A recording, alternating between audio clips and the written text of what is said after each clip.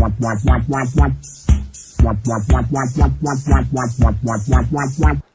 je suis pas content.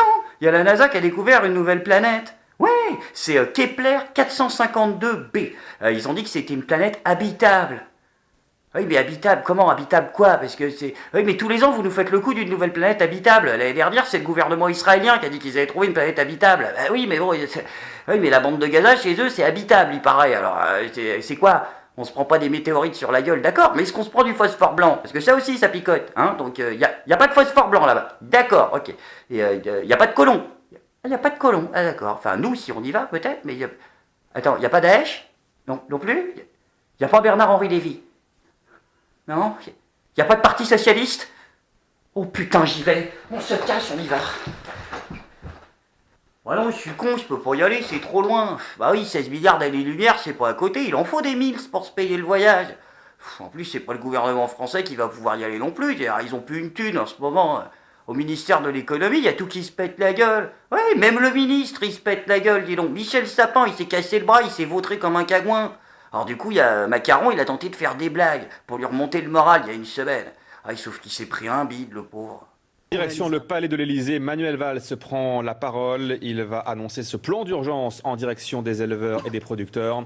Les transformateurs, les abatteurs, est-ce que c'est la grande distribution qui n'a pas joué le jeu? Il se murmure déjà des sectements pour des règles fiscales qui n'auraient pas été respectées il y a assez longtemps, 97. Est-ce que cela ne va pas mettre EDF en difficulté alors qu'on a toute une restructuration de la filière?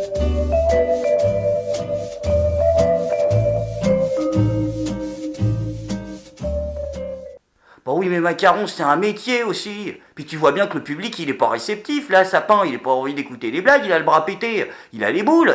Sapin, des boules, Sapin. Ah, c'est contagieux, les bides, visiblement. Et puis je suis désolé, Macaron, je sais qu'en ce moment, tous les politiques, ils se mettent à faire du one-man show. Mais au moins, si tu veux faire des blagues, prends des cours, demande à un vrai professionnel. Bah, ton patron, François Hollande. Lui, en blague, il est fort en ce moment. Vous en connaîtrez, j'espère, des présidents aussi audacieux que moi. Oh, il est marrant, celle. Ah, c'est pas une blague. Oh là là, on est dans une merde, mais une merde. En même temps, c'est vrai qu'il a perdu, hein, niveau blague, François Hollande. Bah oui, c'est comme tous les humoristes, en fin de carrière, ça se pète la gueule, mais c'est au début qu'ils sont bons, en général. Ah oui, en 83, son sketch sur les mecs de droite. Oh là là, ça, c'était un sketch.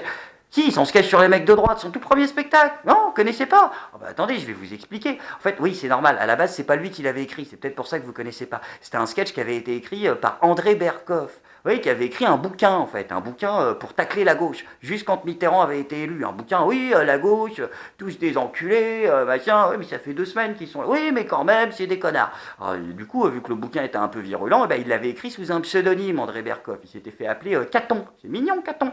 Mais le problème, c'est que tous les journalistes, ils voulaient l'interroger pour voir qui c'était, ce fou furieux. Et à l'époque, il truquait pas les voix, alors il pouvait pas y aller, André Berkoff. Alors il a demandé à un ami à lui, un petit jeune, François Hollande, il lui a dit, bah tiens, c'est toi qui vas faire le mec de droite. Alors, François, il dit, oh non, pour faire ça et tout, il dit ta gueule, je te file 200 balles et un Red Air et t'y vas. L'autre il a dit non, ça va, moi j'aime que les cheeseburgers, machin.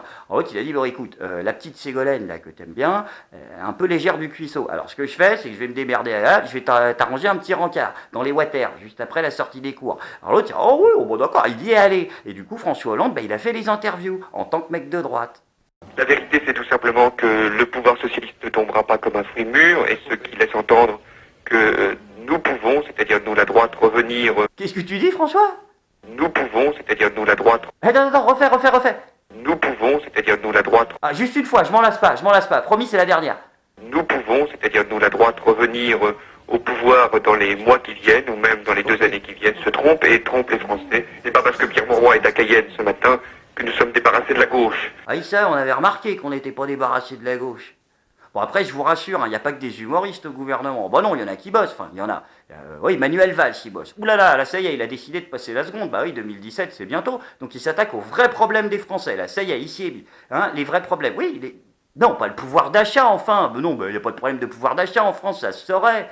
Il n'y a que le gouvernement qui a des problèmes de pognon. C'est pour ça qu'ils nous en demandent tout le temps. Mais non, en France, même les SDF, ils sont milliardaires. Demande à Jacques Séguéla.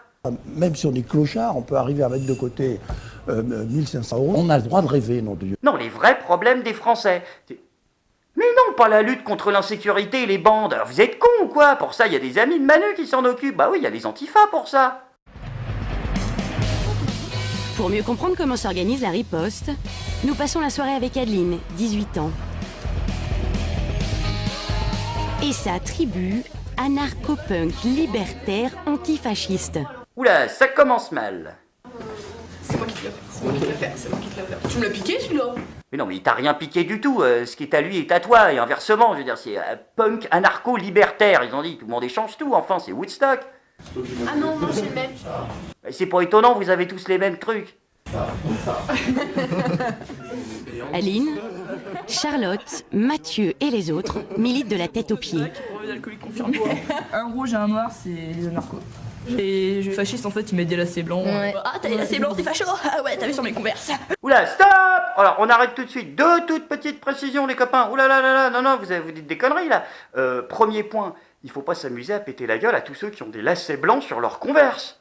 C'est pas ça, les nazis. Les lacets, regarde, les lacets... C'est fourni avec, hein. Donc non, non, non, non, non, c'est pas du tout ça. Et deuxième point, parce que, putain, ça va finir en Clément Méric, cette histoire. C'est pas des converses qu'ils ont en face. Non, vous êtes au courant de ça. C'est des grosses Rangers coquets. Vous allez avoir bobo féfesse, ça va très très mal finir, hein, si vous y... Oui, je sais, le grand, là, c'est un rebelle et il a redoublé 2 fois son bac. Mais ça va pas suffire. Leur engagement est une affaire de look, mais pas seulement. Alors, comment vous bougez d'ailleurs? Qu'est-ce que vous faites concrètement? C'est de discuter. Et si la personne elle veut pas discuter, nous on les provoque. Nous on aime bien ça. Moi l'année dernière ils me sont tombés à 20 sur moi. Oh la coquine, on dit merci qui? Merci Jackie et Michel. Il y a eu. Je me suis pris 2 baffes dans la gueule. On va dire qu'il y a une meuf qui habite par ici et son père est un actionnaire du Front National. Un quoi? Un actionnaire du Front... Un actionnaire du Front... Non, je vois pas le... militant, oui. Dirigeant, responsable... Un actionnaire... Oulala, non mais faut tout reprendre, là. Faut tout revoir, je suis désolé, hein, mais... Ah, faut tout refaire, là.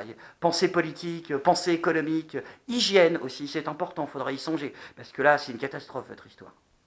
Et donc en fait elle m'a demandé c'était quoi mon problème, je lui ai répondu que j'aimais pas les fachos, elle m'a foutu une baffe. Heureusement que son frère était là parce que je crois que sinon à mon avis elle serait en train de faire peinture murale. Là elle serait en train de faire l'égyptienne contre la grille je pense. Oui, parce qu'en fait elle c'est le camionneur du groupe. Ah bah voilà, enfin quelque chose de vrai, une analyse pertinente, c'était pas trop tôt. Allez, tu restes sur cette lancée et puis tu vas me dire Michel Kouska, zou. Sans commentaire. Petit anarchiste, casse-couille pour vieux. Tu mets tes bracelets à clous pour faire peur tellement t'as pas de muscles. Donc pour en revenir à Manuel Valls, une dernière fois, il a décidé de s'attaquer aux vrais problèmes des Français. Mais vous voyez vraiment pas, vous le faites exprès, vous... Mais les vrais problèmes, la vraie priorité des Français. La chasse aux nazis, enfin! Oh là là, c'est pas possible, vous êtes pas au courant ou quoi? Les nazis sont partout. Ils sont même dans les salles de spectacle en ce moment. Alors du coup, il y a Manuel Valls. Il a été obligé d'envoyer Fleur Pellerin pour aller casser la croûte avec le président du CRIF, Roger Kuckerman. Et Fleur Pellerin, elle nous a dit qu'ils étaient en train de nous bricoler une nouvelle loi, qu'ils étaient en train d'y réfléchir, pour empêcher tout individu condamné par la justice de se produire dans des salles de spectacle. D'accord, mais juste une question, l'Assemblée nationale, ça compte ou pas? Parce que c'est plus ou moins une salle de spectacle en ce moment, donc... Ça compte pas, d'accord, oui, tu me rassures, bah oui, sinon Sylvie Andrieux, elle aurait eu des vrais problèmes. Sylvie Andrieux. Non, vous voyez pas qui est Sylvie Andrieux? Ah bah Sylvie Andrieux, c'est la députée du Parti Socialiste. Oui, des quartiers nord de Marseille. Ah bah là, elle a des gros problèmes, Sylvie Andrieux. Bah oui, elle a été condamnée à 4 ans de prison, dis donc, pour détournement de fonds publics, dont 1 an de prison ferme. Et Sylvie Andrieux, bah non, elle continue quand même d'exercer son mandat. Elle a quitté les bancs de l'Assemblée pour celui des accusés. Sylvie Andrieux, députée des quartiers nord de Marseille. Condamnée pour détournement de fonds publics à 4 ans de prison, dont un ferme, et 5 ans d'inéligibilité. Ouais, elle a dit qu'elle s'arrêterait pas. Et bah, même en prison, hein, ça se trouve, elle le fera de là-bas. Oui, bon, il doit y avoir des formations avec le CNED pour faire ça à distance. Élue de gauche, Sylvie Andrieux siège toujours à l'Assemblée nationale. Selon le règlement, la déchéance de son mandat, son inéligibilité, doit être constatée par le Conseil constitutionnel pour qu'elle quitte l'Assemblée. Mais pour cela, il faut que la condamnation soit définitive. Sylvie Andrieux s'est pourvue en cassation. Alors au regard du droit, l'affaire est toujours en cours. Et pour ses anciens camarades, enfin les rares qui acceptent de parler d'elle... Oui, les journalistes, là, vous êtes mignons, mais vous êtes aussi très optimistes, à mon avis. Parce que là, même au Parti Socialiste, pour trouver quelqu'un qui accepte de la défendre, Sylvie Andrieux, va falloir se lever de bonne heure, à mon avis, là. À moins de trouver vraiment ouais, une vraie pute, quoi. Mais alors là, je vois pas, hein. Tant qu'elle est députée, elle est députée. Oh, Malek Bouti, quelle surprise, dis donc. Voilà, tant qu'elle n'aura pas de condamnation définitive, il n'y a pas de raison qu'il y ait une jurisprudence sur elle. Et pourtant, question de principe, il existe une jurisprudence et elle s'appelle Thomas Thévenoud. L'ancien secrétaire d'État qui ne payait pas ses impôts. Et c'est le patron du groupe socialiste à l'Assemblée qui a rappelé la règle. Il n'y a pas de place à l'Assemblée nationale pour les élus qui fraudent. Démission. Pourtant, Thomas Thévenoud n'a jamais été poursuivi par la justice. Alors, comment expliquer une telle différence avec le cas Andrieux? Pourquoi vous n'avez pas appelé sa démission? Elle était de votre groupe avant. Elle y était. Pourquoi à l'époque vous n'avez pas appelé sa démission? Monsieur Thévenoud, vous aviez appelé sa démission alors que lui n'avait pas été condamné. Pourquoi? Pas de réponse donc. Mais si, les journalistes, je suis sûr qu'il y a une explication tout à fait rationnelle. Début mai, la députée votait pour la loi sur le renseignement du gouvernement et surtout à l'automne, elle votait la confiance à Manuel Valls. Et ben voilà, tout s'explique. Depuis ses démêlés avec la justice, Sylvie Andrieux a bien été exclue des bancs socialistes. Elle siège désormais tout en haut de l'hémicycle. Ah mais ils l'ont puni finalement alors. Ah bah oui, ils l'ont mis au fond de la classe. Ah bah c'est bon, elle est au coin. Ça. Oh non, j'ai eu peur. Bah fausse info, désolé. Ah non, je croyais que c'était encore une magouille du Parti Socialiste, mais non, justice a été faite, comme dirait Tata Christiane. Alors du coup, pour conclure cette vidéo, je voudrais mettre à contribution tous les fans de Je suis pas content. Oui, je sais, je vous le demande souvent, mais la France va mal, il faut l'aider quand même, c'est un peu le but de cette émission. Alors ce que vous allez faire, c'est comme dans l'épisode 20, je vous avais demandé, pour ceux qui me suivent, d'aller dénoncer le verglas sur le site stopdjihadisme.fr, parce que le verglas a tué plein de gens et se radicalisait. Ben là c'est pareil, sauf qu'on va dénoncer les nazis. On va aider Manuel Valls à traquer les nazis. Alors là, il faut aller sur le tout nouveau site du gouvernement, internet-signalement.gouv.fr. C'est le site pour dénoncer les racistes et les antisémites et les nazis sur Internet. Donc vous y allez, et dès que vous voyez une vidéo sur Internet avec des nazis, vous les dénoncez. Alors comment on les reconnaît? Eh ben, je vous ai mâché un petit peu le travail. Je suis allé voir mon grand-père, un grand expert en dénonciation. C'est une autre histoire. Et je lui ai dit, grand-papy, comment on fait pour dénoncer des gens, pour les reconnaître? Il m'a dit, c'est physique. C'est voilà, c'est le nez crochu, doigts griffus, les oreilles en biseau. J'ai dit, oui, mais moi je suis pas là pour chasser Dracula, moi je veux dénoncer des nazis. Il m'a dit, comment ça? C'est vrai je lui ai dit, c'est inversé maintenant, grand-papy, te fais pas chier. Maintenant c'est les nazis qu'on dénonce. Donc voilà. Il m'a dit, bah c'est pareil, c'est à la gueule. Alors du coup, je suis allé sur Internet et j'ai chopé une vidéo d'un nazi que j'ai envoyée. Et je vous invite à faire la même chose. Donc la vidéo que vous allez voir est une vidéo d'un certain Michel Rodriguez. Alors ne vous laissez pas avoir par le prénom, le nazi se cache. Et derrière ce patronyme qui sent bon le tapas bon marché et la salsa, se cache en fait un vrai représentant du Troisième Reich. Cet homme que vous allez voir, blond aux yeux bleus. Hein, oui, mais blond et puis yeux bleus. Hein. Ouh là là, oui, les golasses c'est du caca à côté. Donc pur représentant de la race aryenne. Arbore fièrement une croix de fer. Sur son torse en plus, comme les Waffen-SS. Donc là, oulala, avant d'arborer, plus tard dans la vidéo, non moins fièrement d'ailleurs, une arme, oui, de 4e catégorie, avec lequel visiblement il va nous faire une Anders Breivik. Donc j'ai sauté sur l'occasion, je l'ai chopé et je l'ai envoyé pour le dénoncer. Donc je vous laisse en compagnie de Michel Rodriguez, cet ignoble nazi, et je vous invite à faire exactement pareil.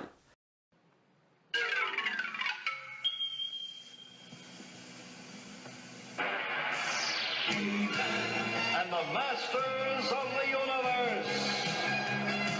I am Adam, Prince of Eternia and defender of the secrets of Castle Grayskull. This is Cringer, my fearless friend. Fabulous secret powers were revealed to me the day I held aloft my magic sword and said, "By the power of Grayskull."